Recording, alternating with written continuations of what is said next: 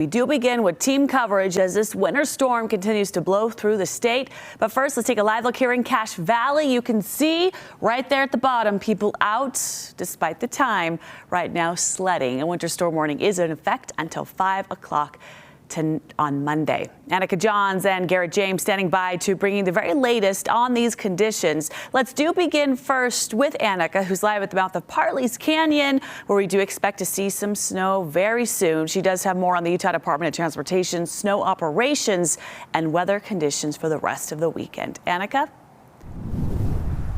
Yeah, Emily, so you can see right now, or not see, there isn't much coming down. I can see a couple little specks falling, but I think unfortunately they're too small for you to see on that camera there. But like you said earlier, we spoke to the Utah Department of Transportation today, and they are advising people to stay off of the roads in certain areas throughout the entire state. Now, UDOT says that tonight they are asking anybody to avoid, if possible, travel through high elevation because they are expecting some whiteout conditions. However, UDOT says that if you do find yourself in a whiteout situation, to go below the speed limit, avoid some sudden stops, and changing lanes.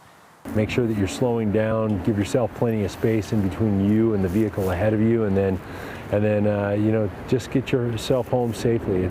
Nothing's worth the extra minute or two that you might save by trying to speed, and a lot of times in conditions like this, you're not going to get anywhere if you try to speed. In fact, you're probably going to cost yourself a lot more time by you know, causing a crash.